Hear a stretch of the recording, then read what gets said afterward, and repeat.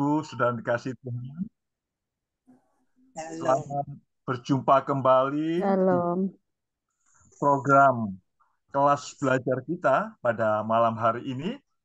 Saya ucapkan selamat berjumpa kembali.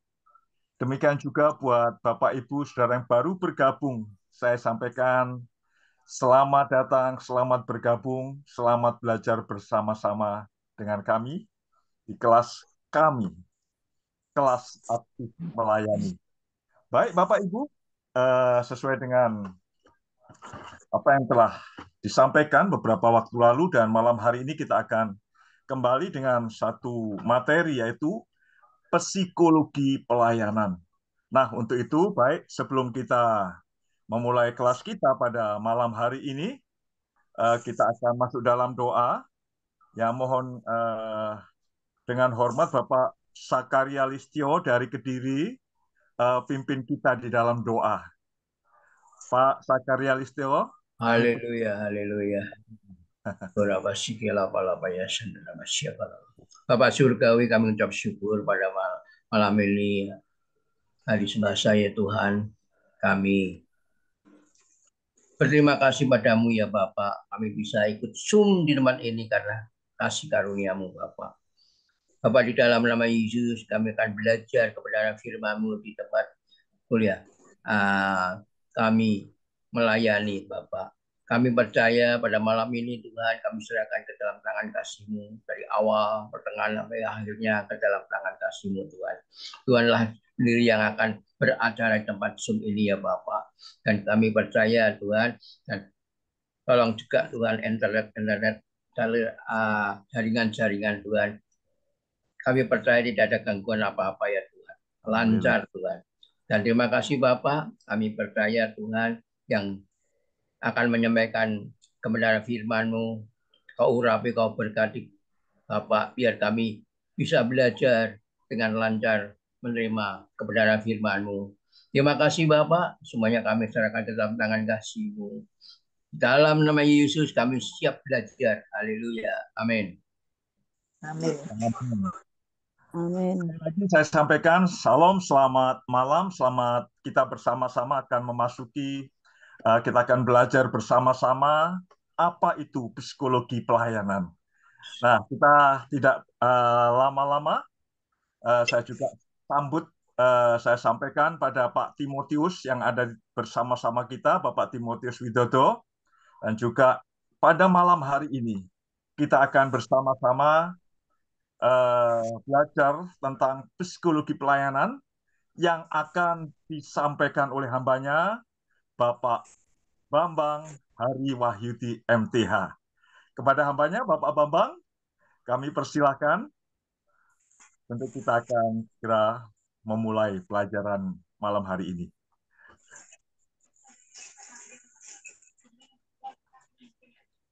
Ya, selamat malam Bapak Ibu. Puji Tuhan. Malam. Kelas kita lanjut di bagian materi tentang psikologi pelayanan. Terima kasih Pak Juwoto yang sudah membantu kita untuk jadi host. Oke. Jadi kita akan saya mohon kita lebih banyak berdiskusi ya. Berdiskusi, saling memberikan pengalaman, berbagi pengalaman atau hal-hal yang pemahaman-pemahaman yang bisa dibagikan supaya apa yang kita pelajari ini tidak dari sudut pandang saya saja ya, karena kalau dari sudut pandang saya saja mungkin terlalu sempit ya. Kalau dari beberapa Bapak Ibu yang bisa memberikan pemahaman-pemahaman dari sudut pandang yang lain nanti dipersilakan untuk memperkaya gitu ya, untuk memperkaya. Nah, kalau toh memang berbeda ya, itu tidak jadi masalah ya, karena ilmu itu berkembang, pemahaman itu bisa juga berkembang ya, Bapak Ibu. Jadi pemilih apa pilihan kita di 14 Februari saja bisa beda ya, tapi tetap bisa ngopi dan makan bersama. Ya, puji Tuhan.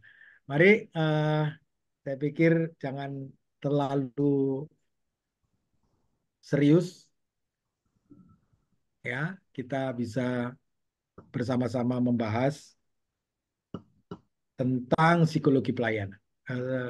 Saya minta izin untuk membagi, ya. Baik, Bapak Ibu. eh Sebelum saya mulai, mungkin ada apa yang Bapak Ibu pikirkan tentang psikologi pelayanan. Kira-kira yang Bapak Ibu pikirkan itu hal seperti apa ya? Mungkin ada masukan. Ada, mari kita pemanasan dulu. Ya, apa yang kita pikirkan? Pentingkah tentang psikologi itu? Ya, jangan nanti orang mengatakan, loh Pak, psikologi itu kan ngurusin orang yang sakit ingatan, gitu ya. Ini ngurusin orang-orang yang sakit jiwa. Ya, itu kan pemikiran yang sempit, sempit sekali ya. Mari ada yang memberikan masukan.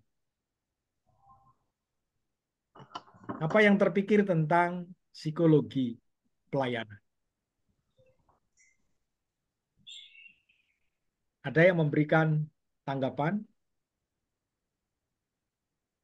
Silakan. Saya Pak, saya Pak. Ya, Mungkin apa gini ya, di dalam ya, pelayanan Bu kita Emi. harus terus bersuka cita. Caranya bersuka cita nih, ngatur perasaan. Nggak boleh marah, nggak boleh apa-apa maksudnya itu. Ngatur itu ya. Ya, Ya, itu salah satu dari sekian banyak hal yang kita harus eh, harus jalani dalam hidup kita ya, dalam pelayanan kita. Ya, oke. Terima kasih Bu Emi. Ada yang lain, Bapak Ibu? Halo, saya akan sedikit. Psikologi pelayanan Ya, adalah silakan. ilmu pengetahuan yang mempelajari tingkah laku manusia. Jadi kita psikologi itu tingkah laku karakter ya, karakter manusia gitu, Pak. Terima kasih.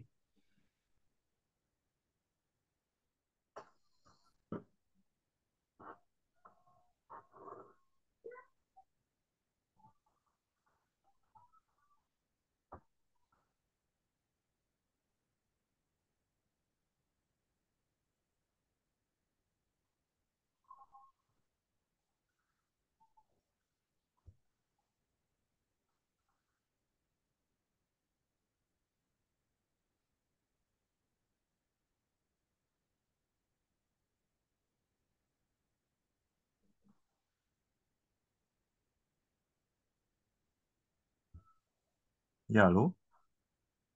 Ya, silakan Pak Ju. Hilang Pak Bambangnya. Ya.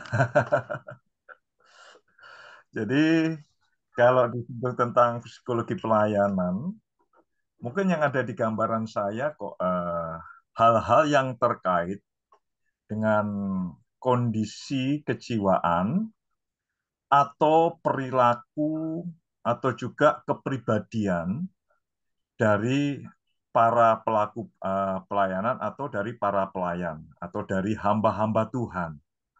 Yang seringkali hal ini sangat berpengaruh sekali baik dalam penggembalaan ataupun juga di dalam pelayanan di bidang lainnya, sehingga seringkali ada yang mengatakan bahwa kepribadian seseorang hamba Tuhan sangat menentukan juga pertumbuhan jemaat, sangat menentukan juga perkembangan satu pelayanan.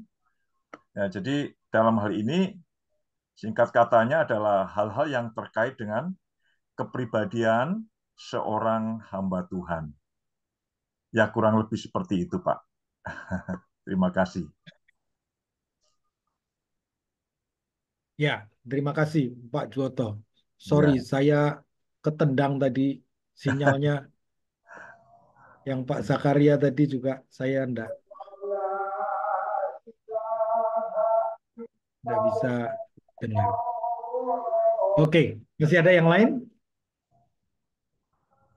Mungkin ada tambahan sedikit Pak ya. Baik. Kalau buat Oh ya, saya, silakan. Dari kalau buat saya psikologi pelayanan itu gini. Kalau saya kan pelayanan kan di luar. Jadi pelayanan saya bukan di dalam.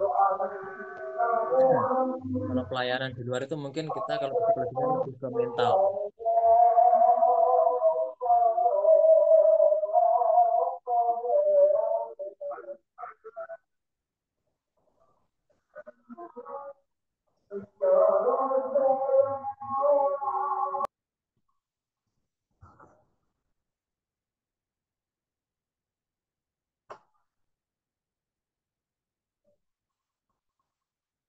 Ya, lanjut, Rohim. ya, oke.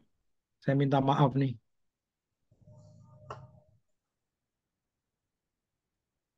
Siapa Pak Tim? Tadi Rohim, diulang Rohim. Saya ketendang Oke. nih.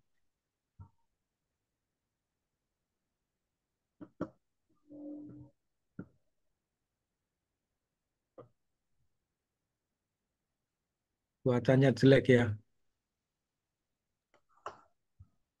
Ya, Ya, Rohim, ulang.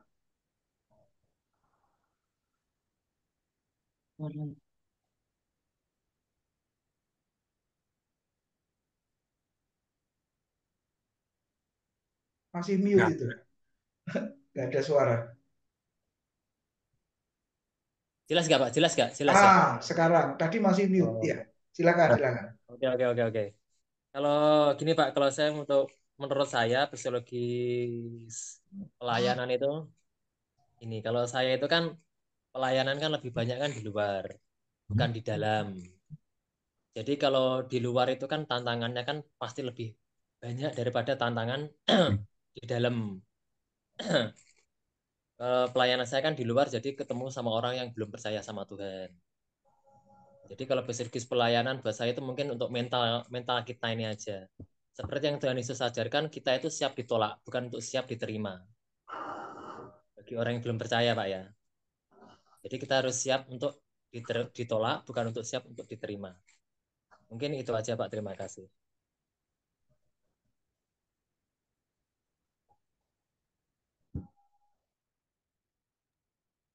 ya, terima kasih Pak Rohim. Baik, Bapak Ibu nanti bisa memberikan masukan, memberikan tanggapan. Ya, saya bentar kembali ya. Oh, tadi putus. Ya, kalau kita memahami pelayanan, ya, hakikat manusia ini kan terdiri dari tubuh, jiwa, dan roh.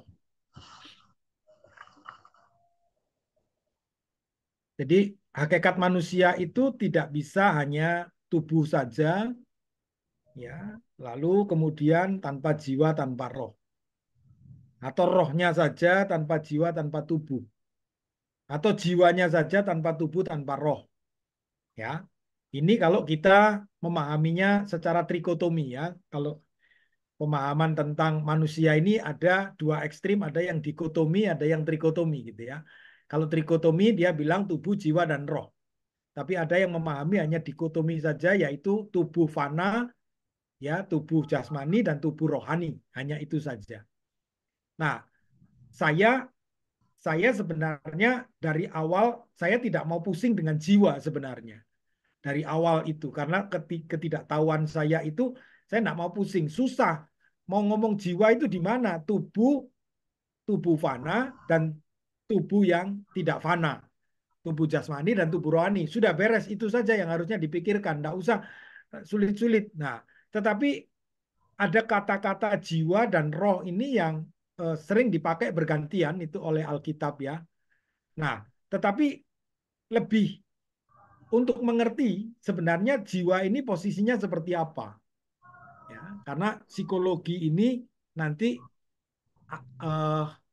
areanya itu, domainnya, wilayahnya itu adalah wilayah yang disebut dengan jiwa. Nah, Alkitab ya saya hanya mengambil dari tiga ayat saja, sebenarnya ada beberapa ayat atau banyak ayat yang berbicara tentang jiwa.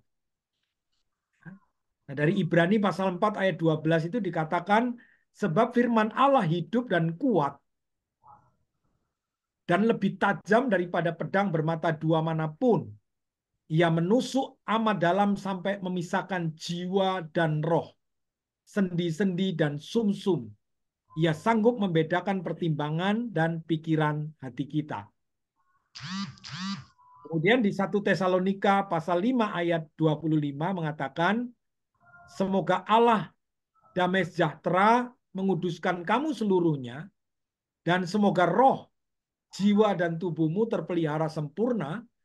Dengan demikian, dengan tak bercacat pada kedatangan Yesus Kristus Tuhan kita. Lalu di kitab Ulangan pasal 6 ayat yang kelima, kasihilah Tuhan Allahmu dengan segenap hatimu, dan dengan segenap jiwamu, dan dengan segenap kekuatanmu. Nah, maka pada saat kita memikirkan tentang tubuh, itu mudah. Ya.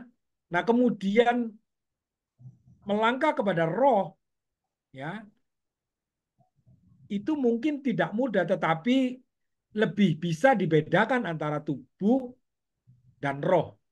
Tetapi bagaimana dengan jiwa? Posisinya di mana sebenarnya? Ya, karena kalau manusia mati, rohnya nggak ada, ya rohnya nggak ada, tubuhnya nggak bisa bergerak, itu mati. Artinya rohnya nggak ada. Ya, nah jiwa ini posisinya di mana? Nah, maka kalau kita mempelajari beberapa ayat di dalam Alkitab, ya ternyata memang jiwa dan roh ini sering dipakai bergantian, ya sering dipakai bergantian untuk menyebutkan kadang kata jiwa, kadang kata roh, atau bahkan kadang-kadang hati. Ya, hati itu ditunjukkan sebagai sesuatu yang ingin mengungkapkan jiwa dan rohnya.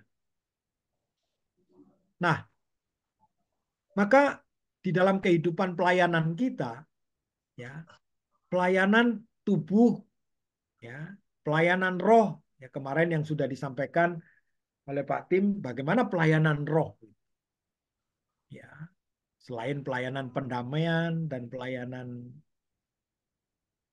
roh, pelayanan pendamaian, lalu pelayanan apalagi satu lagi, Kasih, Pak. pelayanan kasih, ya, ya. Nah, sekarang Bapak Ibu bisa memberikan tanggapan tentang jiwa, bagaimana? Apa yang kita pikirkan selama ini? Bagaimana melayani dengan tubuh, jiwa, dan roh? Mengasihi Tuhan dengan tubuh, jiwa, dan roh gitu. Lalu bagaimana jiwa ini kemudian dipahami, dimengerti? Ada yang beri tanggapan, silakan. Supaya ramai kelasnya. Pak, kalau menurut saya, jiwa itu terdiri dari emosi, Ya. kehendak, dan pikiran. Semua orang mengetahui apa yang dimaksud dengan tubuh. Kalau tubuh kan kita sudah jelas ya, Emosi, karena kehendak, fisik dan bisa pikiran ya. dilihat. Ya, kalau jiwa itu kan emosi, kehendak, pikiran. Jadi kalau kita pelayanan psikologi ini sangat komprehensif ya, sangat luas ya. Bukan hanya kita melayani secara tubuh, ya kalau ada orang lain sakit, jemaat sakit ataupun teman kita sakit, kita bisa mendatangi mendoakan. Tetapi itu kan secara fisik. Nah, yang banyak juga terjadi juga ketika ada konseling gitu berbagai masalah, mencoba untuk kita membantu untuk memberikan solusi atau apa ya, menguatkan seperti itu, Pak. Jadi jiwa itu kita nggak bisa lihat gitu, tapi bisa kita bicarakan, bisa kita katakan, bisa kita rasakan. Itu, Pak. Ya, terima kasih Ibu Susana ya. Ada Bapak Ibu yang lain, silakan. Tambah sedikit Pak, Ya, masukannya tambahi. baik. Nah, jiwa juga diartikan sebagai seluruh kehidupan, Pak. Kehidupan batin manusia. Ya, sepertinya yang terjadi dari perasaan, pikiran, angan-angan, dan sebagainya. Atau jiwa manusia. Saya tambah sedikit, Pak. Terima Ya, kasih. ya, terima kasih Pak Zakaria. Ya, oke. Ada Bapak Ibu.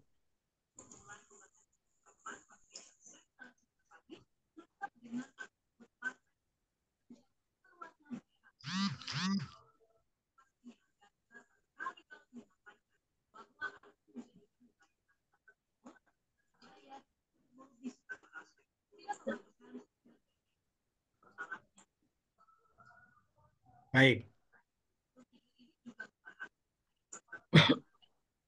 Ya. Nah, jadi bagaimanapun dalam pelayanan kita seluruh keutuhan dari hakikat kita sebagai tubuh, jiwa, dan roh ini yang harusnya hidup, ya, bergerak, maju, ya. Kadang-kadang ada orang yang split, ya, pelayanannya itu secara tubuh saja tapi rohnya sebenarnya enggak gitu ya. Jadi maksudnya ya istilahnya nanti kurang rohani, kurang apa itu ya. Atau jiwanya juga enggak di situ. Ya, hatinya enggak di situ. Orang bilang dia pelayanan enggak pakai hati, enggak pakai roh kan begitu. Ya. Ini yang menjadi diskusi kita. Nah, untuk selanjutnya ya, maka tubuh, jiwa, dan roh ini harus diperbaharui. Begitu ya. Tubuh, jiwa, dan roh ini yang harus diperbaharui. Jadi orang tidak bisa diperbaharui tubuhnya saja, tidak bisa diperbaharui jiwanya saja, tidak bisa diperbaharui rohnya saja. Tetapi harus diperbaharui seluruhnya. Ya. Kemarin 2 kali pertemuan sudah dibahas oleh Pak Tim ya, bagaimana kelahiran baru dilahirkan oleh roh. Ya, kemudian menjadi manusia baru, bertumbuh. Ya, bertumbuh itu tubuh, jiwa, dan rohnya yang harus terus-menerus diperbaharui. Ya, seperti dalam kitab Kolose pasal 3 ayat 10 itu dikatakan, dan telah mengenakan manusia baru yang terus-menerus diperbaharui untuk memperoleh pengetahuan yang benar menurut gambar kaliknya. Nah, yang kita takutkan, ya, yang saya takutkan adalah ini yang menjadi pergumulan kita. Jika memang pembaharuan itu tidak terjadi, ya, nah seringkali pelayanan itu adalah melayani diri sendiri. Ya, ini bahayanya. Ya, ini bahayanya. Ya, jadi kalau ini ditanya nggak bahaya, tak? Ini pasti bahaya. Ya, ini kondisinya kalau jiwa, roh itu tidak diperbaharui, ya, maka yang terjadi dalam pelayanan seseorang itu adalah melayani diri sendiri. Jadi kalau orang tidak dilahirkan baru, tidak mengenakan manusia baru, maka pelayanan itu hanya sekedar mengisi waktu. Ya, atau pelayanan itu di balik pelayanan itu ada puluhan bahkan mungkin ratusan motivasi yang bisa terjadi dalam kehidupan seseorang yang namanya pelayan.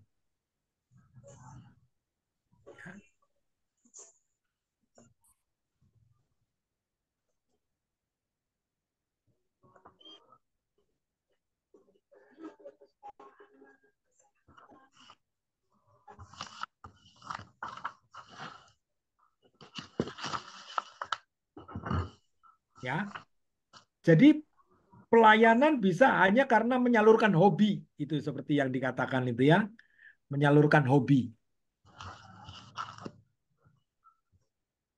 Tarni rewel.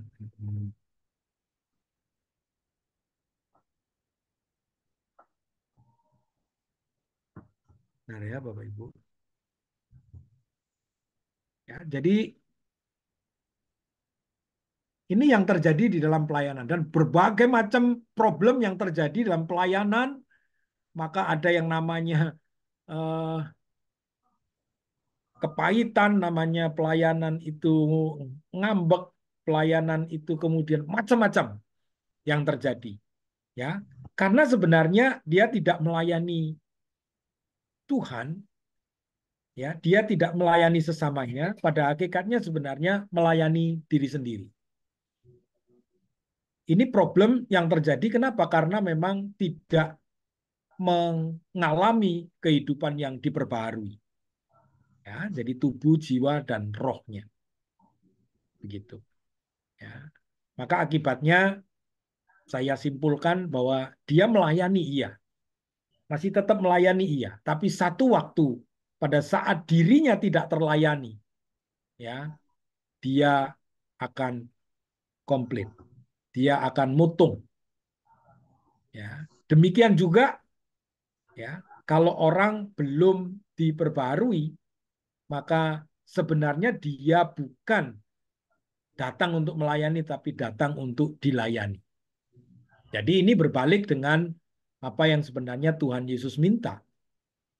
Ya, atau meneladani Kristus yang mengatakan bahwa aku datang bukan untuk dilayani, tetapi aku datang untuk melayani. Nah, bagi orang-orang yang belum masuk mengalami kelahiran baru dan mengenakan manusia baru yang terus-menerus diperbarui, mau untuk diperbarui, maka ini yang terjadi. Ya, dia akan melayani dirinya sendiri. Ya. Maka ada yang disebut dengan namanya perubahan. Ya. Pembaharuan atau perkembangan. Ya, perkembangan secara pribadi, perkembangan secara individu. Ada kemajuan yang dialami. Jadi perkembangan ini adalah sebuah perubahan, ya, perubahan yang memang berkelanjutan, ya, yang memang diatur, disengaja secara sistematis, lalu terus berkesinambungan, ya, maju, progresif, lalu berkesinambungan. Nah, dalam diri individu ini sejak lahir hingga hayatnya, ya, atau dapat diartikan pula sebagai perubahan-perubahan yang dialami individu menuju apa tingkat kedewasaan atau kematangannya.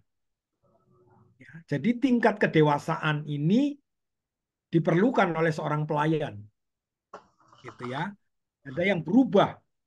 Ya, berubah bagaimana? Berubah itu mengikuti segala sesuatu yang memang untuk membuat dirinya itu matang, membuat dirinya itu dewasa. Ya, nah banyak orang-orang yang melayani Tuhan, lalu kemudian diajak untuk melakukan sesuatu, bergerak untuk melakukan sesuatu. Dia mengatakan, ya dari dulu begini enggak apa-apa kok. Ya begini-begini aja oke kok. Ya, segala sesuatu harus berubah, harus berkembang, harus maju. Ya, harus maju. Artinya bahwa setiap kehidupan manusia yang melayani Tuhan, belajar tentang Tuhan, meneladani Tuhan, dan membuat dirinya untuk menjadi semakin serupa dengan Tuhan. itu hal yang terpenting, ya, hal yang terpenting. Nah, sekarang kalau saya analogikan begini, Bapak Ibu biasanya masuk dalam eh, pola makan, gitu ya, pola makan. Wah, sekarang ini pola makan harus dirubah. Untuk orang-orang yang tidak mau maju, tidak mau berkembang, dia mengatakan dari dulu saya makan ya begitu-begitu, nggak usah diatur, ya. Sampai sekarang ya hidup begitu, ya kan? Nah, menasehati orang seperti ini kan konyol, ya. Kita harus merubah pola makan, cara makan, ya, dirubah karbohidratnya bagaimana dan lain sebagainya. Itu ya itu memang sulit berpikir, harus harus harus rela untuk berjeri lelah gitu ya. Tapi ada orang yang mengatakan ya dari dulu makan ya makan, pokoknya ada makanan dimakan gitu. Sampai sekarang ya saya hidup nggak ada masalah begitu ya. Nah, ada banyak hal-hal yang dirubah dalam hidup ini yang tidak hanya sekedar makan, ya, pola tidur, pola ini, pola itu dan lain sebagainya. Ya, maka dalam pelayanan ini juga kita memikirkan tentang eh, perkembangan, ya, tentang perubahan yang terus-menerus diperbaharui terus-menerus loh Bapak Ibu ya. Bukan Bapak Ibu lahir baru kemudian dijadikan manusia baru itu tidak otomatis menjadi manusia baru ya, tetapi terus maju, berkembang, menjadi dewasa, menjadi matang ya, serupa dengan gambar Khaliknya gitu ya. Apa di dirubah menjadi seperti gambar yang semula ya, sebelum rusak oleh dosa. Nah, dalam posisi ini ada satu quote yang sangat bagus dari Martin Luther King Jr. Martin Luther King Jr. itu mengatakan begini, jika Anda tidak dapat terbang, maka larilah. Jika Anda tidak dapat lari, maka berjalanlah.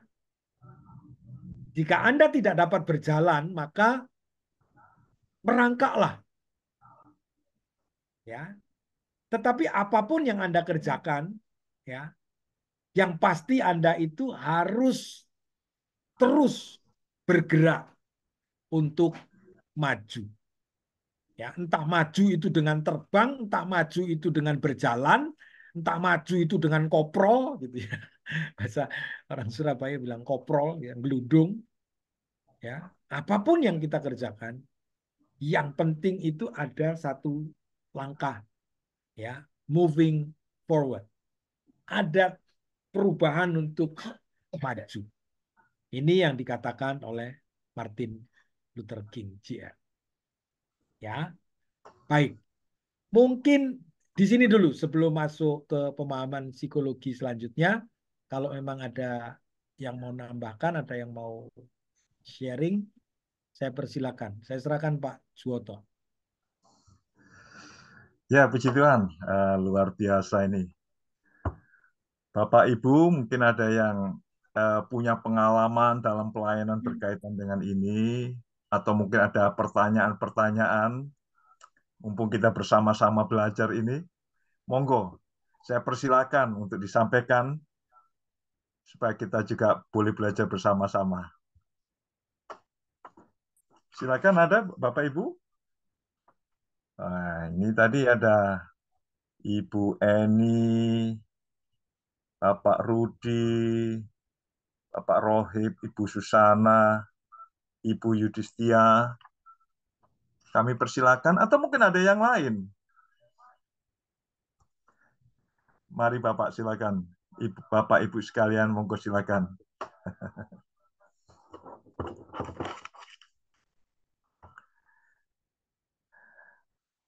Pak Bambang, kalau saya sampaikan mungkin istilah psikologi di sini nih berkaitan erat dengan nganu ya Pak ya. Kepribadian yang mungkin sering kali kita sebut mungkin itu orang itu kepribadiannya seperti itu, Kalau kita lihat orang yang ngambek pelayanan mungkin karena barangkali orangnya punya kepribadian yang demikianlah kita nggak nganu. Atau ada yang memang orang yang sepertinya tahan banting sehingga orang mengatakan wah ini kepribadiannya memang lain ini. Nah, jadi mungkin yang biasa kita anggap yang seperti ini ya Pak ya mungkin, tapi yang dimaksud dengan psikologi di sini ya Pak ya lebih banyak berbicara tentang manusia yang tidak kelihatan, jiwa yang mengendalikan hidup kita. Ya, Ya, ya, memang luas ya, Pak. ya. Emang kita tidak masuk ke sana, saya juga bukan ahlinya. Ya, tapi minimal kan eh, ada hal-hal yang secara psikologis itu eh, mempengaruhi gitu ya, mempengaruhi bagaimana orang melayani itu dengan karakter. Ya, nah sebenarnya kalau dalam Alkitab itu dia lebih dalam, dia mengatakan itu buah roh itu, Pak. Ya, jadi masuk dalam buah roh itu. Nanti Galatia 5 itu ayat sebelumnya menunjukkan karakter yang nggak bagus, ayat sesudahnya 22 dan 23 pasal 5 22 23 itu buah roh adalah kasih, sukacita dan itu semua. Dan itu nanti arahnya ke sana. Dan itu kan dijalani dengan pergumulan dengan roh. Ya. Sehingga orang bisa berbuah itu. Ya, maka kalau orang sudah dilahirkan baru, lalu kemudian mengenakan manusia baru, dan tidak mau terus-menerus diperbaharui, maka problem di sana.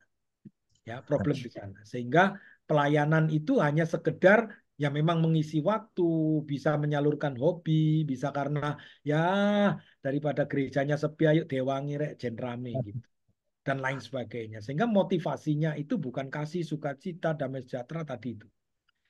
Ya, tadi yang disebut juga Bu Emi salah satunya masuk di situ ya kesabaran, kemurahan, kebaikan, kelemah lembutan dan lain sebagainya. Nanti Ya. masuknya sih di sana sebenarnya. Terima kasih Pak. Sambil menunggu yang lain ini kok belum ada yang bertanya ini. Ada Pak Yohanes Darmanto. Belum dengar saya suaranya. Pak, saya mau tanya. Oh ya, mari Ibu. Bu Teli silakan. Ya, Silakan. kita ini kan terdiri dari tubuh, jiwa, dan roh. Nah, dan kita ini hidup ini walaupun terdiri dari tubuh, jiwa, dan roh, ya menurut orang, menurut psikologi bahwa kita ini hidup ini hari lepas hari ini 80% ini dikuasai oleh alam bawah sadar. Nah, apakah yang mau saya tanyakan dari alam bawah sadar itu termasuk apa, Pak? Termasuk di bagian mana? Kalau tubuh ya enggak mungkin, tapi lebih ke jiwa dan rohnya.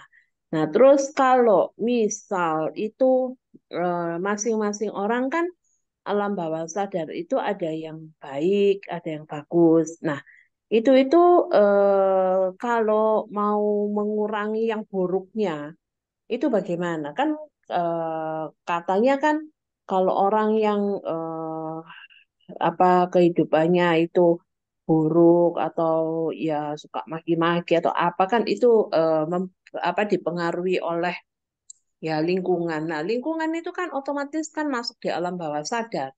Nah, itu Pak.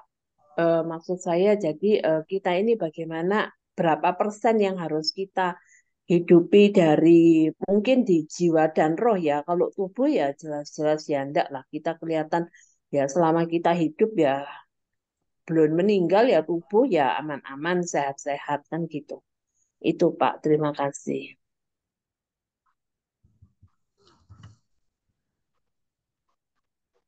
Baik, terima kasih atas pertanyaan yang disampaikan pernyataannya. Langsung aja Pak Bambang, bagaimana?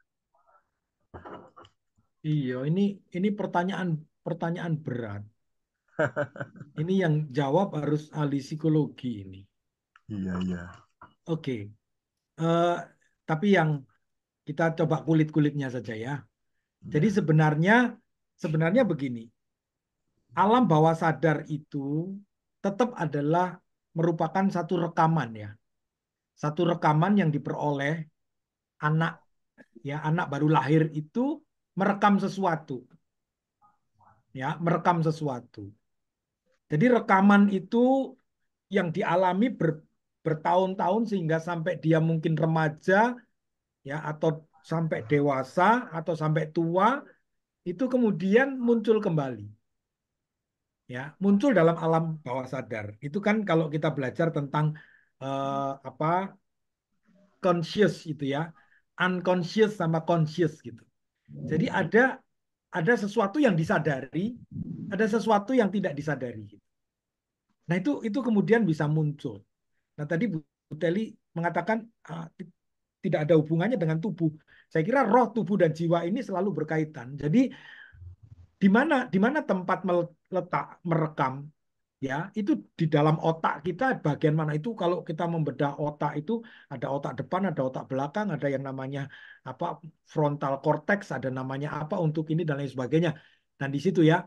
Lalu kemudian rekaman semua yang dialami itu trauma ya atau kegembiraan atau ketakutan atau ancaman atau apa semua masuk, ya sehingga waktu semuanya sudah terjadi dan tidak terjadi lagi, tapi alam bawah sadarnya itu membawa rekaman itu. Nah, tadi yang Bu Teli bagaimana? Nah, inilah sebenarnya bagaimana kita perlu mengenakan manusia baru yang dibaharui pikiran, hati, roh, jiwa, tubuh itu. Nah, disinilah bagaimana seorang yang memang tidak bisa bersih sama sekali ya, tidak bisa bersih sama sekali. Ya, saya mengatakan ini bukan saya selesai dengan diri saya, enggak. Ada dalam pergumulan-pergumulan yang terus-menerus begitu. Ya. Tapi yang tadi Martin Luther katakan ada kemajuan gitu. Walaupun koprol-koprol, gelundung-gelundung gitu ya, istilahnya merangkak-rangkak, ya, it's okay, tapi maju gitu. Ya. Jadi jangan jadi Kristen itu yang sudah 30 tahun, 40 tahun enggak maju-maju. Ya. Nah, ini persoalannya. Jadi tadi Bu Teli mengatakan ya memang jawaban ini tidak akan menjawab dengan tuntas, tapi bagaimanapun apa yang terjadi dalam kehidupan kita masa kecil itu ya, itu terekam. Ya, saya tuh kalau di depan rumah ada orang jual apa gatot, tewol, gedok itu sudah terasa itu. Dengar suara itu saya sudah bisa rasakan itu nikmatnya itu sehingga saya tidak mungkin lewatkan. Kenapa? Karena ada kenangan gitu ya. Kenangan masa kecil makan itu dan selama ini tidak makan, begitu ketemu kita langsung gitu ya. Itu kan simpanan-simpanan masa lalu gitu ya. Ya Bapak Ibu yang ketemu jajanan-jajanan waktu kecil yang nggak pernah muncul, begitu muncul itu excited. Padahal enak juga enggak. Ya, enak juga enggak. Ya. Lalu anak-anak bilang, apa enaknya itu makanan? Ya. Tapi buat kita ada sesuatu yang kita simpan yang itu yang bisa kita nikmati. Ya. Sehingga orang yang tadi itu ya dalam kehidupan masa lalu yang buruk, yang penuh dengan dosa, anak kecil yang memang lahir dari lingkungan yang begitu buruk gitu ya. Kemudian melihat sesuatu itu dia bisa menikmati karena dia mengingat masa kecilnya. Ya. Jadi itu mungkin Bu Teli semoga menjawab ya. Jangan tanya lebih dalam lagi, saya nggak tahu. Terima kasih, Pak. Ya. Terima kasih. Oke, thank you. Baik, Bu Teli, terima kasih. Saya lanjut, Pak. Ini ada dari Ibu Irene ini. Ya, di chat ya. Menanyakan demikian dengan pertanyaannya, apakah kita bisa mengetahui motivasi seseorang dalam pelayanan? Nah, itu pertanyaan dari Ibu Irene. Oke. Ya. Ya, silakan. Ya, mengetahui motivasi dalam pelayanan itu kan sebenarnya waktu ya. Waktu itu yang akan membuktikan dalam arti begini. Satu kali dia akan bisa terbentur gitu ya. Satu kali bisa terbentur. Ya. Nah, walaupun orang itu saya mengatakan beginilah. Saya mengatakan begini, bukan orang yang artinya lalu kemudian menjadi marah, kemudian punya problem dan lain sebagainya, bukan itu orang punya motif yang jelek. Maka kita selalu melihat dari sisi bagaimana kepribadiannya, jiwanya itu. Tapi motivasi itu akan bisa terlihat, bisa teruji, ya, bisa teruji, ya, oleh berbagai macam hal, begitu, ya. Tapi tidak belum ditemukan alat scan itu motivasinya. Kalau orang masuk mau melayani lalu di scan, oh ketahuan gitu, ya. Nah, nanti scan-nya itu melalui berbagai macam, ya, secara sosial, bekerja sama, ya, lalu beban, apa artinya tugas yang diemban dan lain sebagainya itu, ya, seperti itu. Ya, baik, bisa diterima ini Bu Irin. Ya, baik Silakan. Pak. Ya. Masih ada lagi? Ya, selamat malam. Malam, Pak. Ya, Ya, Ya, silakan. ya. Saya mau menanyakan, mungkin yang berkaitan dengan hal praktis ya, tentang psikologi pelayanan. Nah, kalau bicara tentang psikologi pelayanan itu pasti seperti tadi yang Pak Bambang udah jelaskan itu sangat complicated ya, kaitannya banyak sekali. Nah, cuman yang saya mau tangkap di sini itu mungkin yang berkaitan mungkin dengan psikologi pelayanan itu juga psikologi pasti berkaitan dengan karakter seseorang ya. Nah, yang saya mau tanyakan bagaimana cara kita mengantisipasi atau meminimalkan ya. Misalnya begini, ada satu kasus atau misalnya gini, setiap kita yang tergabung di dalam suatu komunitas gereja, pasti kita ini terlibat di dalam pelayanan. Nah, di dalam pelayanan kita ini kan pasti bersosialisasi ya satu dengan yang lain.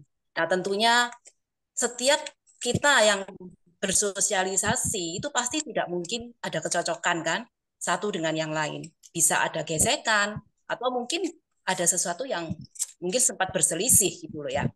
Nah, terkadang di dalam satu komunitas kita itu mungkin ya antar pribadi itu mungkin sungkan mau ngomong, ya kan? Sungkan mau mengemukakan hal ketidakcocokan sehingga terjadi ada gesekan, ada ketidaksesuaian satu dengan yang lain. Kadang hal ini tuh yang ditahan ya, istilahnya diempet gitu loh, ngempet tapi kita nggak berani utarakan.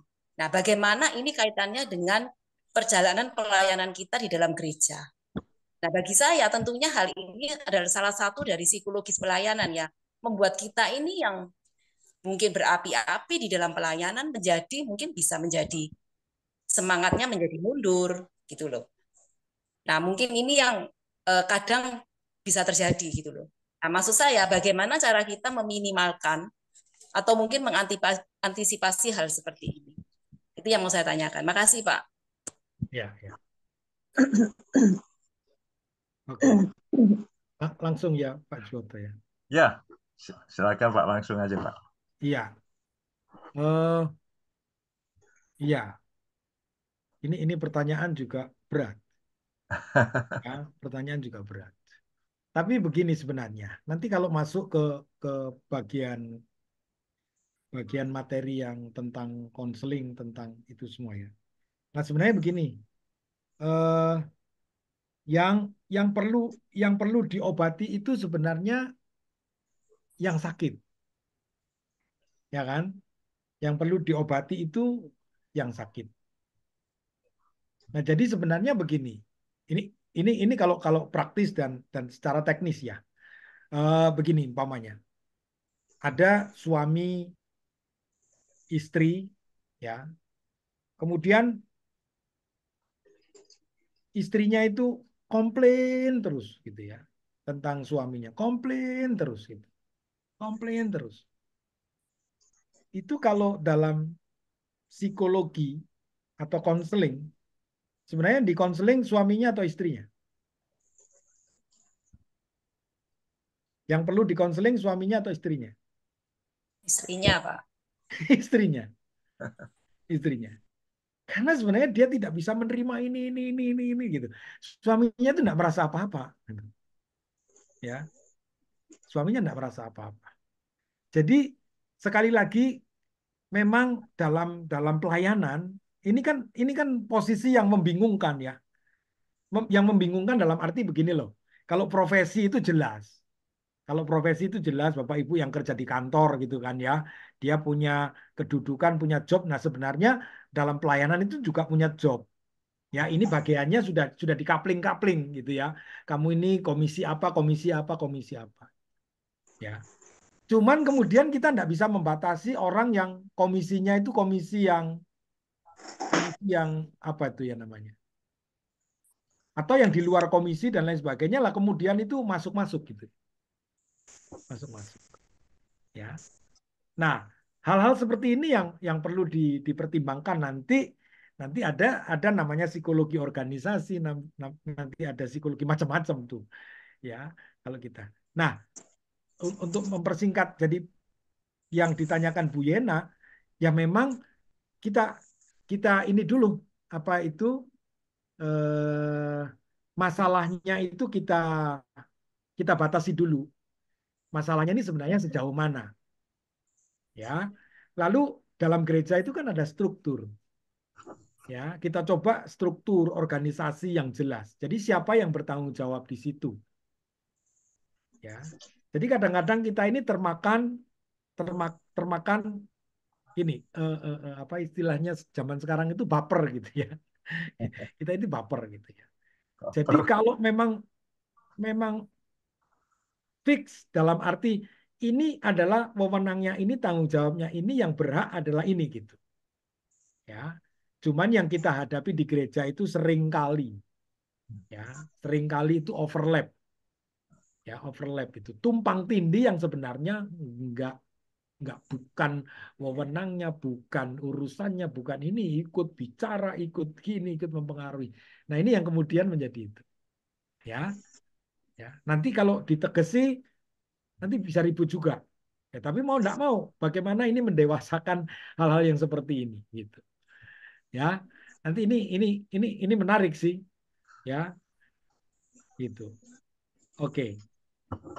Ya, mungkin itu ya Bu Yena. Atau ada hal yang lain mau disampaikan, silakan. Ya, sementara cukup Pak. Ya, Makasih. ya Bapak Ibu yang lain boleh.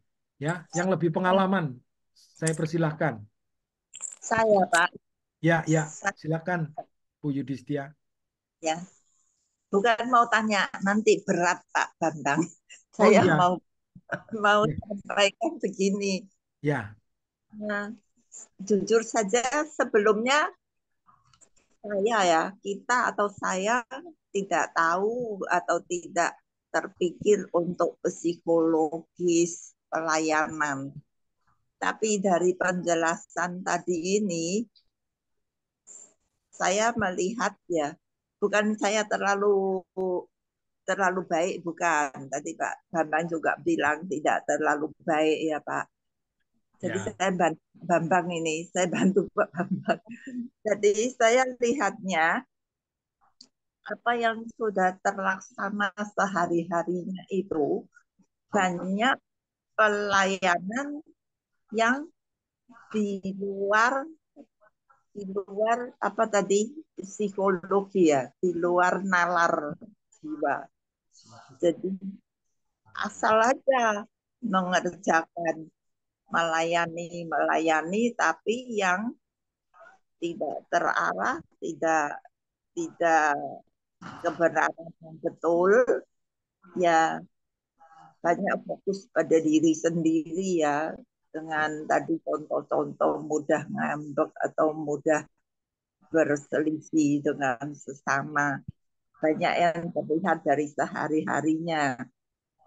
Dan betul yang Pak Bambang, kita hari ini mendapat pengetahuan bahwa itu harus dikembangkan, diperbarui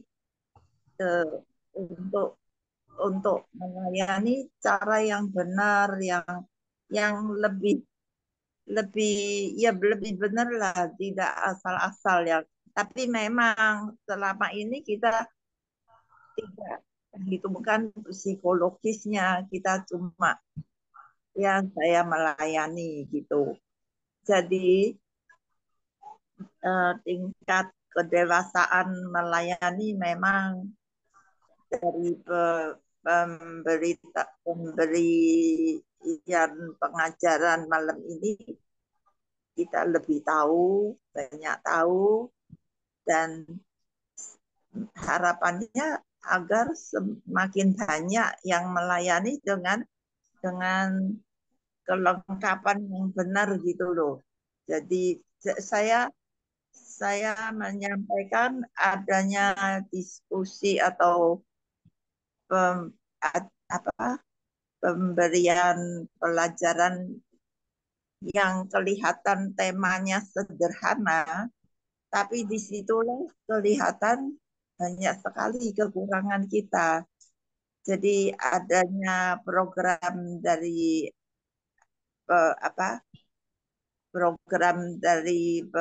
PA setiap kali beberapa minggu ini terlihat sangat berguna untuk kita praktekkannya sehari-hari, makin benar, makin baik. Itu yang saya mau mengatakan apresiasi saya. Terima kasih. Wah, terima kasih. Terima kasih Bu Yudhistia. Ya, semoga memang program kita ini ya dari GPI Graha ini betul-betul boleh memberkati dan boleh terus ya bisa mengembangkan pelayanan kita ya, semakin kualitasnya maksudnya ya, boleh kuantitas tapi kualitas juga boleh semakin baik. Oke, silakan Pak Juwoto, mungkin ada yang lain.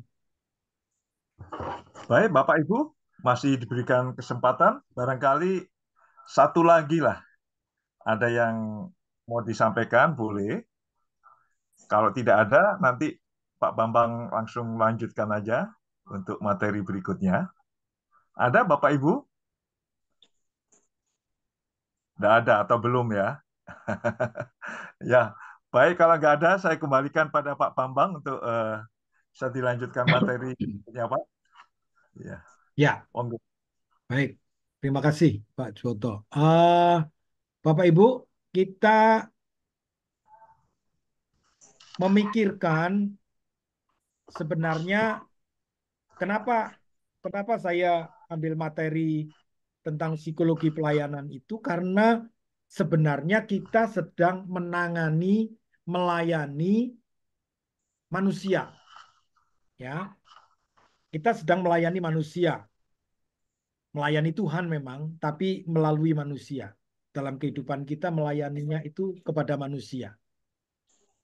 Nah, berbagai macam hal yang terjadi dalam kehidupan kita, ya, secara pribadi kita sebagai pelayan itu punya masalah psikologi, kita yang kemudian melayani orang-orang itu juga orang-orang yang juga mungkin punya masalah dalam psikologi. Nah, permasalahan ini kita coba untuk bisa kita tangani di dalam pelayanan sebenarnya apa? Ya, walaupun tidak terlalu dalam sekali, tapi minimal kita tahu jalurnya yang bisa kita lewati. Ya, walaupun tidak masuk terlalu dalam. Nah, jadi sebenarnya kan kita sedang mempelajari, ya, kita sedang mempelajari tingkah laku, ya, tingkah laku manusia. Jadi jiwa itu kan sebenarnya ekspresi. Jiwa itu adalah ekspresi dari roh, ya. Lalu tubuh ini dipakai menjadi alat sebagai ekspresinya. Ya. Jadi orang kalau tubuhnya mungkin sehat, badannya seger, itu ekspresinya jiwanya itu seneng. Ya. Ya. Coba kalau habis dimaki-maki bosnya atau habis dimarahi istrinya, dimarahi suaminya atau anak-anak, dimarahi orang tuanya, itu ekspresinya yang keluar, jiwanya itu jadi bad mood ya, jadi bete, jadi nggak bagus. Nah, dalam kehidupan kita juga begitu. Kita melayani juga psikologi kita dipengaruhi. Ya, tingkah laku kita ini kemudian kelihatan. Nah, inilah yang kita coba mengambil posisi bagaimana sebenarnya ilmu psikologi ini kemudian mengajarkan kita untuk dapat terapkan dalam pelayanan. Ya, nah kita sedang mempelajari tingkah laku manusia yang kita layani dan diri kita sendiri. Itu menurut Singgih Gunarsa. Ya, ya ini banyak. Ya, ada berapa puluh atau mungkin ratusan orang mendefinisikan. Ya, ini saya ambil 4 orang ya, atau 4 tokoh atau 4 ahli psikologi yang mengemukakan, ya, Plato dan Aristoteles ini mengatakan bahwa psikologi sebenarnya sedang mempelajari hakikat jiwa, ya, hakikat jiwa serta prosesnya itu sampai akhir. Ya, kalau John Bradus Watson, ya, Watson itu mengatakan mempelajari, ya, ilmu yang mempelajari tingkah laku lahiriah. Tingkah laku lahiriah yang kelihatan itu dengan menggunakan metode observasi yang objektif terhadap rangsangan. Ya, jadi kalau distimulus, dirangsang, ya, orang itu dimarah, tanggapannya kayak apa sih? Kalau orang itu dibentak, tanggapannya kayak apa? Kalau orang dipuji, itu ya dirangsang dengan pujian, itu tingkah lakunya berubahnya bagaimana? Itu menurut Watson. Ya, menurut Knight, dia mengatakan ini mempelajari secara sistematis tentang pengalaman. Ya, pengalaman. Tadi itu yang unconscious itu yang dikatakan Bu Teli, apa itu alam bawah sadar. Ada pengalaman yang mengumpul itu kemudian menjadi tingkah laku manusia, ya, atau hewan.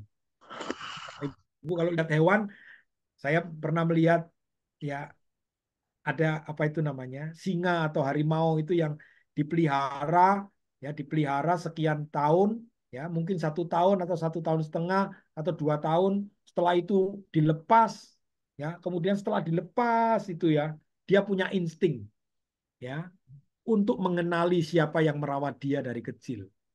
Kalau kita punya hewan begitu, ya. Jadi pengalaman itu tersimpan, ya, di alam bawah sadar bahwa dia ini sebenarnya adalah siapa yang pernah dia kenal, gitu, ya. Lalu kemudian muncul dalam tingkah laku, ya, entah manusia dan hewan, entah normal dan abnormal, entah secara individu atau sosial, ya. Jadi mengapa penting? Kenapa? Karena kita sedang mempelajari tingkah laku manusia, ya. Jadi kita ini bisa terkaget-kaget karena tingkah laku yang muncul itu. Kemarin ketemu baik-baik, sekarang ketemu kok mecucu, gitu, ya. Jadi ini kita pelajari kenapa, ya. Jadi kalau orang bisa senyum sama kita, bukan berarti dia baik. Atau kalau waktu itu dia sedang apa tuh namanya, mukanya cemberut sama kita, bukan berarti dia orang jelek, orang jahat, ya. Tapi karena sebenarnya waktu kita bertemu dengan dia, dia sedang tidak baik-baik saja. Atau pada waktu kita ketemu dia, dia sedang lagi dalam keadaan yang senang. Jadi itulah yang mungkin kita pelajari. Ya, nanti kita bisa diskusi Bapak Ibu, ya, yang punya pengalaman nanti silakan bisa memberikan komentar, bisa memberikan tanggapan. Ya. Nah, dari beberapa ahli psikologi itu, ya, saya melihat ada 15. Tapi kesimpulannya begini. Ya. Dapat ditarik kesimpulan bahwa psikologi merupakan ilmu pengetahuan yang mempelajari tingkah laku manusia, ya, baik sebagai individu maupun dalam hubungan dengan lingkungan, ya, lingkungan sesama manusia dan lingkungan yang lain, ya. Lalu tingkah laku tersebut berupa tingkah laku yang tampak maupun tidak tampak, serta disadari atau tidak disadari. Nah, ini yang coba kita lihat di dalam pelayanan kita atau kita lihat dalam diri kita, ya, supaya kita pada waktu kita melayani itu kita tidak apa itu namanya, ya, tidak secara secara picik itu, secara dangkal itu kemudian menghakimi seseorang. Ya, menghakimi seseorang. Sehingga kita lebih tahu sebenarnya apa yang terjadi dan kita dapat menolongnya. Itu maksudnya. Ya, karena ini melayani. Jadi melayani itu kan bukan melayani orang yang sedang baik-baik saja. Tentunya yang namanya melayani lebih pada orang yang sedang bermasalah itu. Ya, karena Tuhan mengatakan, aku datang untuk melayani, ya aku datang bukan untuk mencari orang sehat, tapi cari orang sakit. Aku datang bukan mencari orang yang benar, tapi aku datang mencari orang berdosa. Ya, jadi sebenarnya yang bermasalah itu. Ya, nah kebanyakan kita melayani, ya, wah orang ini bermasalah, dibuang aja. Orang ini bermasalah, dibuang aja, gitu ya. Justru dalam pelayanan saya menyadari bahwa ya kalau melayani itu ya memang enak. Orang yang baik-baik saja, yang tidak bermasalah, yang tidak bikin problem, yang tidak bikin masalah dan lain sebagainya. Ya sudah itu aja. Enak ya kita berkomunitas dengan orang-orang. Enggak. Kenyataannya di dalam gereja itu muncul orang-orang yang memang bermasalah. Ya, yang punya keadaan yang memang mungkin tampak atau tidak tampak, mungkin disadari atau tidak disadari ada masalah dan sekali-sekali akan muncul. Nah, disinilah beban seorang pelayan yang sudah lahir baru, yang sudah mengenakan manusia baru, kemudian bisa menjadi penolong.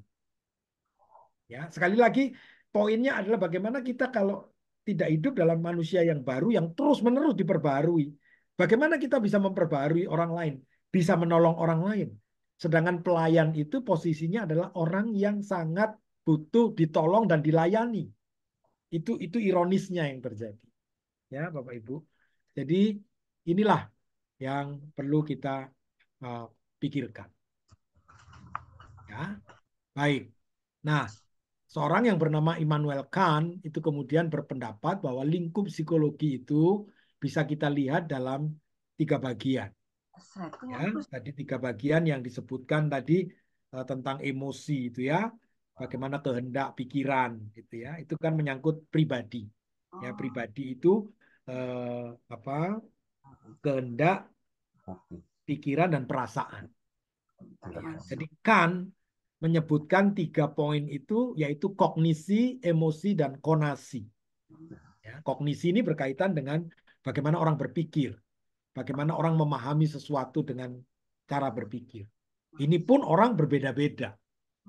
Ya, dari cara berpikir orang berbeda-beda. Belum masuk pada wilayah emosinya. Ya, emosi ini gejala jiwa yang menonjol dan dapat menimbulkan gejolak. Ya, bergantung gejolaknya. Ya, ke kanan atau ke kiri seperti pendulum itu ya. Kita ini kadang ke kanan, kadang ke kiri gitu ya. Itu. Ya. Kalau orang bilang kadang tobat, kadang tomat gitu. Lalu konasi. Ya, konasi ini berkaitan dengan kehendak, kemauan, keinginan. Ini yang terjadi. Nah, masalahnya dalam kehidupan Kristen ini ya, kognisi, emosi, dan konasi ini telah rusak oleh dosa. Nah, itu masalahnya. Ya, baik yang melayani maupun yang dilayani. Maka kemudian kita membutuhkan Roh Kudus, kita membutuhkan Kristus, kita membutuhkan Injil untuk bisa sepakat, untuk bisa mendapatkan pertolongan di luar kemampuan kita yang memang berdosa. Jadi ini yang perlu kita pikirkan, ya. Ya, jadi kalau kita mempelajari psikologi tadi yang ya ditanyakan, ya kurang lebih ada 35 cabang berbicara tentang psikologi pastoral, psikologi cinta, psikologi agama, psikologi holistik, psikologi pendidikan, psikologi apa itu namanya, organisasi, psikologi apa macam-macam. Gitu ya. Oke. Ya. Nah, saya mengambil satu pengertian dari beberapa orang ya, beberapa ahli, ya, Chief, Bogardus, Lapierre, Mead, dan Garden Alport. Ya, jadi perilaku itu apa sebenarnya? Ya, perilaku itu sikap, ya, merupakan semacam kesiapan untuk bereaksi terhadap satu objek dengan cara tertentu. Jadi selalu perilaku kita itu oleh karena stimulus, oleh karena rangsangan. Hanya orang suka karena dia suka, dia gembira karena dia suka objeknya. Tapi begitu objeknya itu nggak suka, ya langsung kita apa tuh namanya menolak, ya, atau kita mencoba untuk bertahan, menutup, ya. Jadi perilaku kita dipengaruhi oleh objek, oleh stimulus, gitu, oleh rangsangan. Nah, dapat dikatakan bahwa kesiapan yang dimaksud merupakan kecenderungan yang potensial untuk bereaksi dengan cara tertentu apabila individu dihadapkan pada suatu stimulus yang menghendaki adanya respon. Ya, baik begitu. Kalau secara kejiwaan, secara psikologi manusia yang duniawi, ya, yang tidak melayani dalam Tuhan, ya, orang bisa memilih yang bagus-bagus semua, ya, yang dia suka, yang dia inginkan. Tetapi kita sebagai pelayan itu adalah hamba, ya. Kalau kita masuk mau menjadi pelayan, oh saya ini mau melayani Tuhan, itu statusnya harus dipahami sebagai hamba, tuh ya, doulos itu ya. Doulos sebagai hamba itu yang memutuskan untuk mau melakukan sesuatu yang dia suka atau tidak suka di hadapannya, itu namanya doulos, namanya pelayan. Ya, sehingga tadi itu begitu orang menjadi pelayan Tuhan, menjadi seorang pelayan, dia harus memberikan dirinya, memahami statusnya sebagai seorang hamba. Hamba itu tidak bisa tidak dan tidak dapat menolak apapun yang ada di hadapannya untuk dikerjakan. Ya, event itu dia suka atau dia tidak suka. Ya, dia senang atau dia tidak senang. Jadi inilah paradoks yang terjadi dalam kehidupan kita sebagai seorang pelayan. Ya, kalau melayani yang suka-suka, yang senang-senang, itu saya katakan ini yang bahayanya. Ini sebenarnya dia tidak melayani Tuhan, ya, tidak melayani sesama, tapi melayani diri sendiri, karena dia suka, karena dia senang. Ya, nah ini mungkin hal yang bisa didiskusikan. Silakan, saya serahkan Pak Yoda. Ya. Wah, luar biasa ini Pak. Bapak Ibu, saya ingatkan ini waktu masih ada sekitar hampir 18 menit ya. Kami persilakan bagi Bapak Ibu yang ingin menyampaikan pertanyaannya atau ingin berbagi pengalamannya. Silakan Bapak Ibu. Mari, silakan. Ada? Selamat malam, Pak, Bang.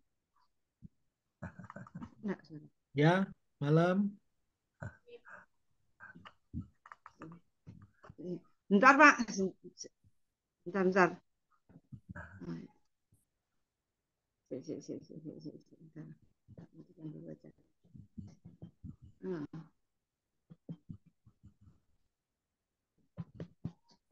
Sepi, aku dipanggil mami. Busipora. Oke. Ya. Ya, bisa yang lain dulu. Silakan Bapak Ibu. Bapak Ibu sudah siap dengan pertanyaannya, monggo silakan. Ya, enggak melulu pertanyaan, mau menanggapi, mau menambahkan, boleh. Silakan. Ya.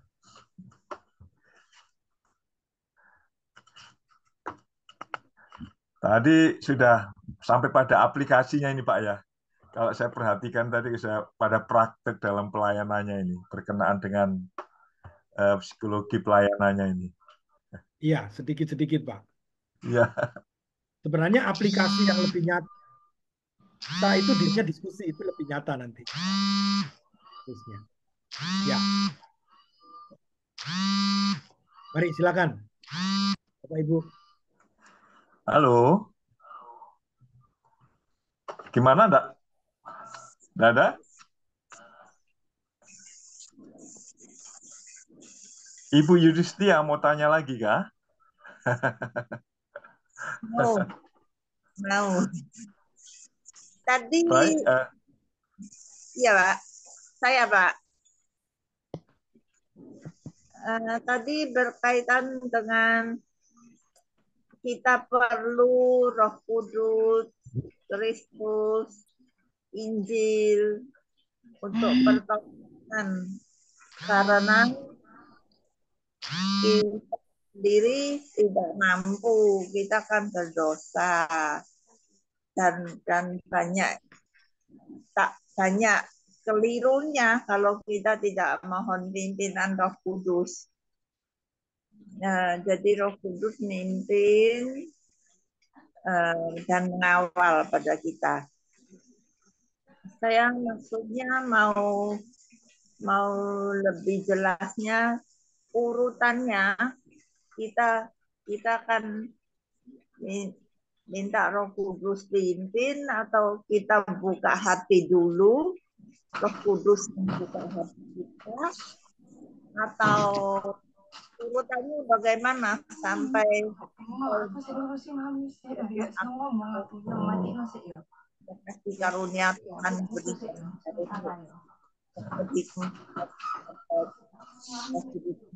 urutannya itu bagaimana Pak?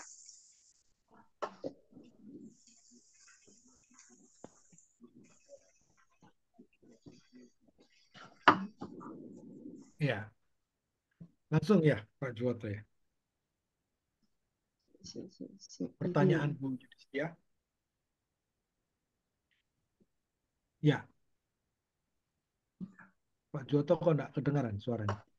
Wah, gangguan. Oke. Sudah dengar. Ya. Langsung ya, Pak. Oke.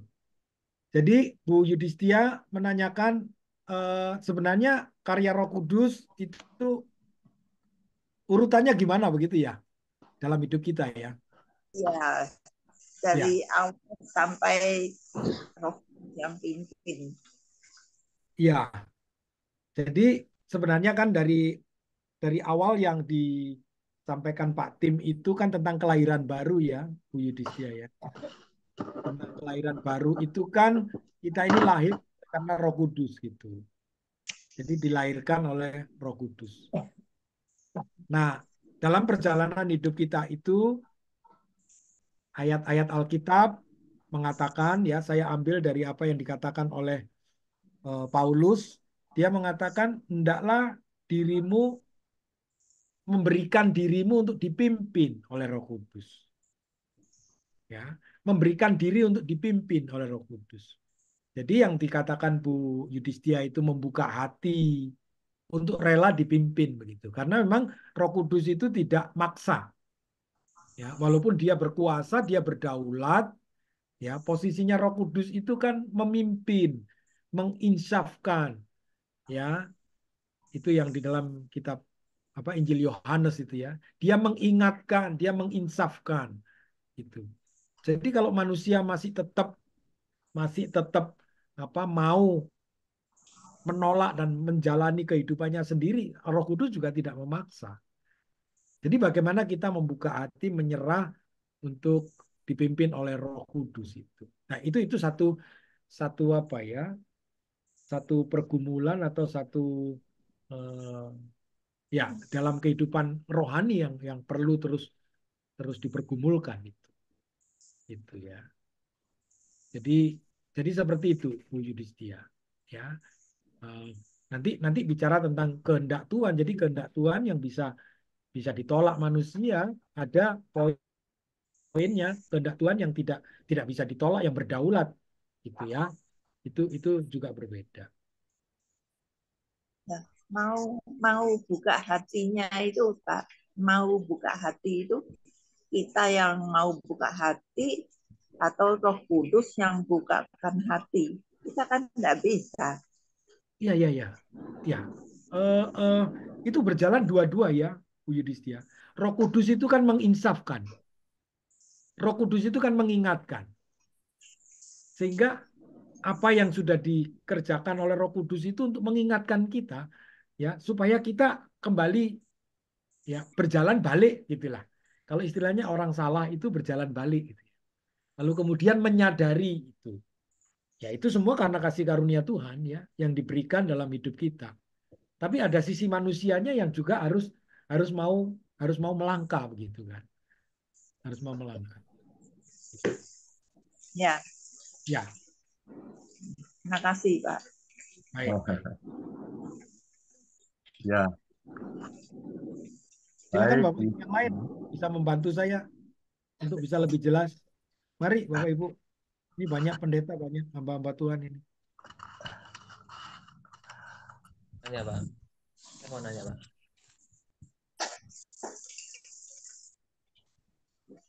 Ya, silakan. Begini Pak ya, tentang sosiologis pelayanan. Tadi kan saat Pak Bambang menjelaskan dari yang pertama, itu kan saat menjelaskan tentang sosiologis pelayanan kan pasti dari awal dimulai dari kalau tubuh manusia kan ada tubuh, jiwa, dan roh. Dan berikutnya tadi saat pembahasan yang kedua juga seperti itu, yang dibahas kan tetap ada mulai dari tubuh, jiwa, dan roh. Terus kalau buat saya itu menurut saya kalau jiwa itu lebih untuk dipuaskan. Karena kalau kita dipuaskan, jiwa itu pasti semua senang. Semua orang pasti merasakan seperti itu. Kalau kita dipuaskan, jiwa kita pasti ikut senang. Kalau untuk jiwa itu tadi. Terus untuk kita pelayanan di dalam maupun pelayanan di luar, sosiologis pelayanan itu apa ya? Kita gunakan itu saat itu di mana gitu. Mungkin saat kita apa itu memberitakan firman Tuhan, atau saat kita menjamah seseorang, atau saat kita dalam saat kesusahan. Jadi dipakainya sosiologis pelayanan itu di mana? Terletaknya itu loh Pak, yang tepatnya itu di mana? Itu aja. Terima kasih.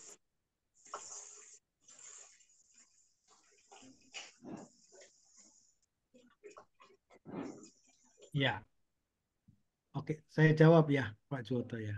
Ya, langsung coba. Ya. Ya, jadi untuk Pak Rohim, kita kembali kepada definisinya ya. Definisinya adalah sebenarnya kita sedang mempelajari tingkah laku. Ya, tingkah laku terhadap stimulus, terhadap rangsangan. Bagaimana manusia itu bisa senang karena manusia itu menerima rangsangan yang menyenangkan buat dia gitu. Ya. Maka kalau rangsangannya itu nggak menyenangkan, maka kemudian dia menolak atau emosi atau marah, gitu kan? Karena dia tidak senang terhadap sesuatu yang ada. Nah, ini sebenarnya ini yang perlu kita pikirkan kembali dalam hidup kita, ya. Kenyataannya dalam pelayanan itu tidak semuanya menyenangkan dalam kacamata manusiawi kita. Nah, ini kenapa dibutuhkan kelahiran baru, manusia baru, pertolongan Roh Kudus, ya, untuk menguasai hidup kita sehingga apapun yang kita hadapi dalam pelayanan itu, kemudian kita memahaminya itu sebagai tugas yang diberikan oleh Tuhan, sebagai tantangan yang diberikan oleh Tuhan untuk kita dapat membantu, menolong, melayani. Yang namanya melayani itu tadi. Sehingga konsep hamba itu harus dimengerti baik-baik. Ya, status hamba itu jangan cuman nyantol, oh saya hamba Tuhan begitu ya. Gitu. Jangan hanya di situ saja, tetapi betul-betul kata hamba itu istilahnya bisa merasuk ke dalam seluruh kehidupan kita, jiwa, tubuh, dan roh kita gitu. Ya. Jadi di sana tuh. Ya. Kemudian kita mengekspresikan sesuatu yang kelihatannya jelek itu dalam manusia baru itu melihat sesuatu yang sebenarnya adalah bagian yang Tuhan inginkan untuk kita kerjakan gitu. Ya. Sampai di sini ya Pak Rohim bisa atau penjelasan saya kurang jelas. Silakan. Jelas Pak, terima kasih banyak. Ya. Ya. Baik. Silakan Pak Juwoto. Silakan Bapak Ibu yang Ya, lain.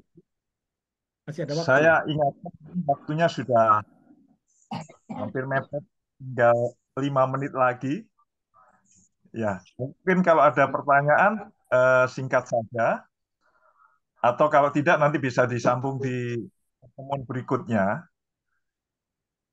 Bagaimana? Masih ada waktu Pak Ju sampai 9 kurang 15. 9 kurang 15 menit. 15 kan kita berakhir. Masih ada. Oh, 20 menit cukup. Ayo. Ya. Silakan. Maaf. Ya. Ini ada pertanyaan dari Ibu Irene.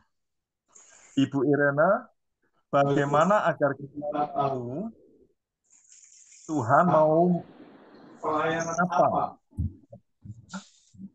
Karena dalam pelayanan pada kemampuan seseorang dalam bidang tertentu, misalnya musik dan sebagainya. Nah, itu pertanyaan dari Ibu Irene.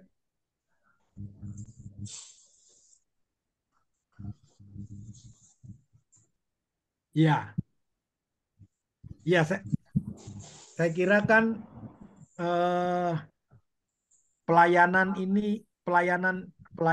ini kan harus disesuaikan dengan kemampuan waktu dia melayani.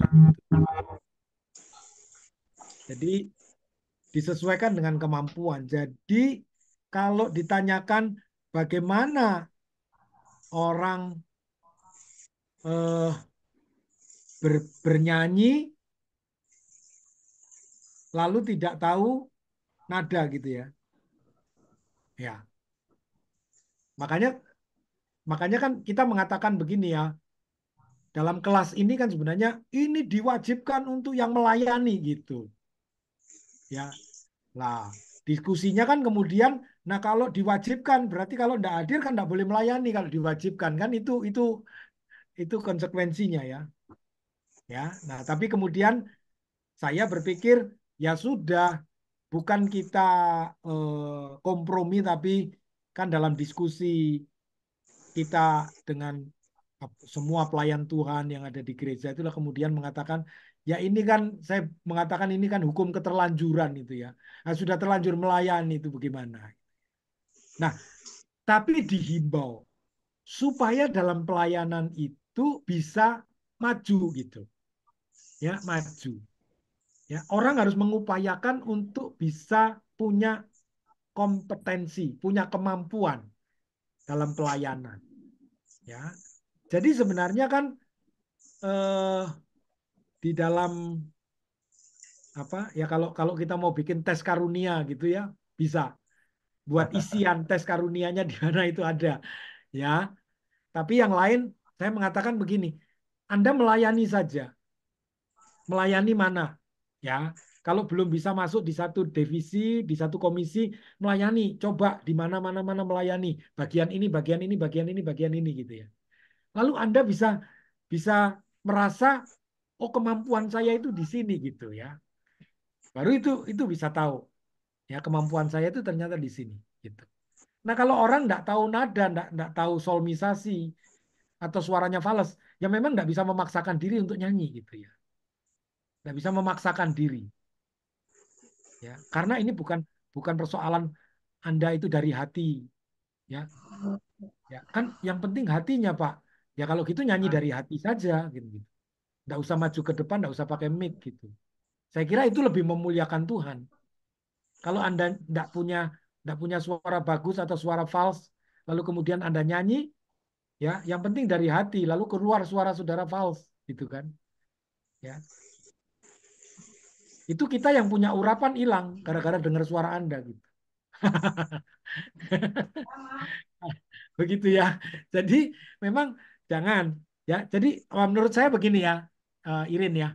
Kalau pertanyaan itu butuh konfirmasi paling enggak paling sedikit 5 orang. Ya, paling sedikit 5 orang. Kalau bisa 10 orang. Tanya, saya jadi singer, kamu dengerin enak enggak? Suruh jawab jujur mereka. Kalau 9 orang ngomong enggak enak, 1 orang ngomong enak, jangan yang 9 dikatakan itu suara iblis. Ya, sehingga enggak boleh melayani gitu. Bukan yang memang suara Anda enggak enak gitu. Bukan suara iblis untuk menghalangi Anda melayani. Nah, itu butuh konfirmasi. Ya, konfirmasi. Tanya, Pak, saya melayani di sini kira-kira bagaimana? Ya, teman-temannya ya. Ya, guys, bro, sis, saya melayani ini. Kira-kira kamu menikmati enggak pelayanan saya? Kamu terberkati enggak pelayanan saya? Ya.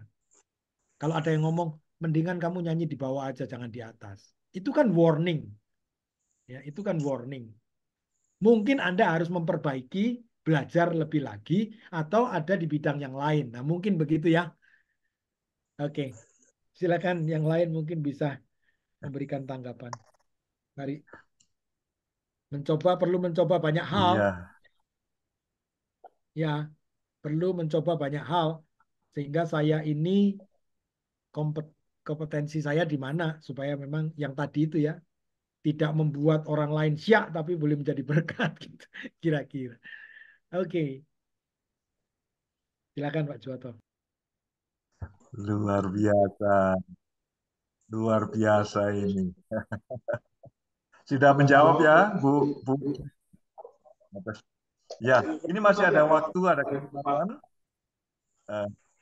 Barangkali ada yang masih ingin bertanya lagi, silakan. Atau berbagi pengalaman, silakan. Malam, Pak. Selamat malam semuanya. Ada lagi. Malam. Malam. Bu Meli, Bu Siporawati. Ya, oke, silakan. Saya mau sedikit berbagi pengalaman. Memang sebagai seorang pelayan itu bukan sesuatu hal yang mudah. Karena yang kita hadapi adalah berbagai macam karakter yang kadang-kadang mungkin kalau kita tidak bisa menyadari, kitanya yang jadi jengkel. Sebab kadang-kadang jemaat maunya kan dilayani. Mereka tidak melihat bagaimana kondisi dan situasi kita sebagai pelayan. Ya, ini karena itu kita sebagai pelayan kita harus benar-benar bisa mengambil sikap yang benar. Sebab kalau tidak, saya pikir nanti jadi timbul masalah baru. Ya. Saya sebagai seorang pelayan, saya sudah sering kali menghadapi hal-hal yang demikian.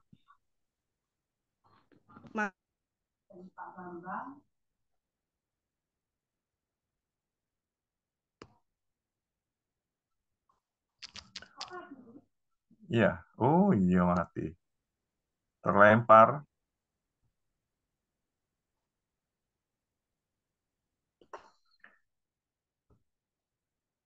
Baik, terputus kayaknya nih. Iya, terputus. Oh, mungkin Terputus, Bu Pak. Maria tadi yang mau menyampaikan. Ya, bisa dilanjutkan dengan tadi saya lihat Bu Maria Magdalena ya. Iya, ya. Iya, Pak, malam. Ya, malam Bu Maria, silakan. Ya, saya cuma mau berbagi pengalaman selama pelayanan. Kalau menurut saya, kedewasaan rohani dan diri kita tuh penting gitu ya dalam pelayanan. Soalnya ya itu tadi menghadapi berbagai macam karakter orang-orang yang ada. memahami satu orang itu membutuhkan waktu buat buat kita sendiri itu membutuhkan waktu yang panjang. Untuk mengerti satu orang aja kita kadang pusing gitu ya Pak ya. Apalagi memahami semua orang. Satu orang aja pusing apalagi semua orang, semua jemaat yang ada. Terutama pelayan-pelayan Tuhan yang ada. Pasti ada gesekan-gesekan tuh pasti ada. Cuman ya itu perlu kita harus memahami, kita harus mendewasakan diri kita sendiri. Kalau menurut saya seperti itu, Pak. Kalau kita bisa berpikir dewasa secara rohani maupun secara diri kita sendiri gitu ya, pendewasaan diri kita sendiri itu pastilah gini. Walaupun berbagai masalah yang kita hadapi dalam pelayanan di gereja, apapun itu pasti akan diselesaikan dengan cara yang bijaksana, dengan cara yang nggak apa ya Pak ya, nggak terjadi suatu sakit hati di orang-orang yang ada. Pasti semua kalaupun ada yang salah ya harus diakui memang salah. Kalaupun itu kita mungkin lagi tertuduh ya kita selesaikan dengan cara bagaimana kita membicarakannya dengan baik-baik. Bukan dengan emosi yang tinggi yang memicu pertengkaran yang akhirnya terus nggak mau ke gereja lah itu Pak. Itu yang sering timbul kan yang seperti itu. Itu kalau menurut saya karakter-karakter yang seperti itu yang perlu diubah. Jadi kita harus menyadari bahwa ketemu orang banyak itu pasti banyak masalah. Ketemu yang setiap hari, yang setiap minggu aja ketemu kita bisa masalah, ya kan? Apalagi kalau kita nggak bisa mendewasakan diri ya itu tadi. Kalau menurut saya pribadi, pendewasaan diri kita sendiri itu perlu. Supaya ya itu tadi, untuk menghadapi orang-orang yang ada di sekitar kita. Jadi masalah itu nggak kita bawa dalam hidup kita. Maksudnya akhirnya merongrong diri kita sendiri, terus menimbulkan satu masalah dalam diri kita. Terima kasih Pak. Ya, baik. Ya, baik. Terima kasih atas masukannya, Ibu, pandangannya dan pengalamannya. Ya, masih Pak Bambang perlu menanggapi lagi, Pak? Ya, saya menanggapi tadi pernyataan Bu Maria tadi. Nah, memang kalau orang sadar semua kayak begini, gereja aman tuh.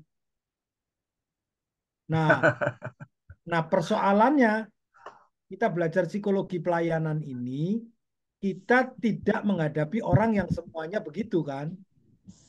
Nah, fungsi pelayan itu adalah mengembalikan mereka yang memang dalam keadaan terpuruk itu. Gitu. Menolong mereka yang tidak bisa bersikap dewasa.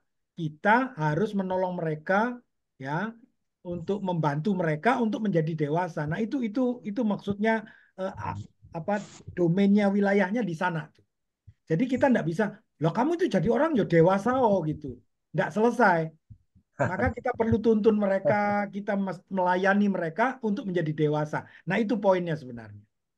Ya, sehingga kita mempelajari nanti karakternya, nanti belajar tentang apa itu namanya, kepribadiannya macam-macam. Nah, kita yang harus. Nah, kalau kita sendiri punya masalah dengan ini ya memang sulit gitu. Nah, ini yang menjadi pergumulan. Ya, menjadi pergumulan kita semua. Jadi kalau di Alkitab kan mengatakan, hendaklah kamu yang lemah, yang kuat, menolong yang lemah gitu. Ya, nah arti menolong ini kan melayani tadi itu, masuk dalam melayani, sehingga melayani manusia yang begitu unik, nggak sama, ya, nggak sama, Ya, kita punya anak 3, cara bentaknya beda-beda. Ya kan? Cara bentaknya beda-beda. Yang ini bisa dibentak 20 desibel gitu ya. Yang ini kalau enggak 50 desibel enggak bergerak gitu. Ya, gitu loh. Kan gitu ya. Jadi mempelajari tingkah laku manusia dengan karakternya, dengan kepribadiannya yang unik itu, kemudian kita sebagai pelayan Tuhan harus memahaminya sehingga kita bisa menolong mereka. Nah, itu poinnya. Oke, terima kasih. Ya, baik. Terima kasih banyak. Saya kira ini waktu sudah mepet sekali. Demikian Bapak Ibu, bahwa pelajaran pada malam hari ini kita cukup diberkati melalui hambanya Bapak Bambang Hariwahyudi, sehingga boleh menambah pengalaman kita, menambah pengetahuan kita, membantu dalam pelayanan kita. Nah, Bapak Ibu, saya sampaikan sebelum kita mengakhiri akan kelas kita pada malam hari ini, jangan lupa nanti ada sesi foto bersama, ya, sesi foto semua on cam sehingga kita boleh diambil fotonya. Dan juga saya sampaikan bahwa untuk Selasa depan tanggal 13 Februari 2024 kita masih dalam materi yang sama, yaitu psikologi pelayanan.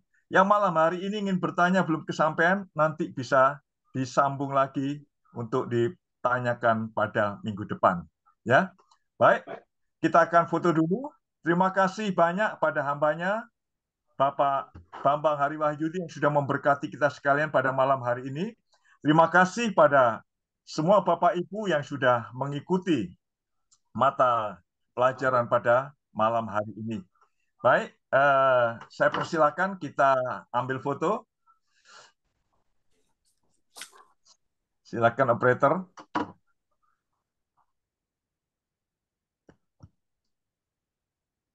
Sudah. Ya, sudah. Terima kasih. Pak Tim juga terima kasih. Baik, Bapak Ibu, kita akan akhiri perjumpaan kita pada malam hari ini.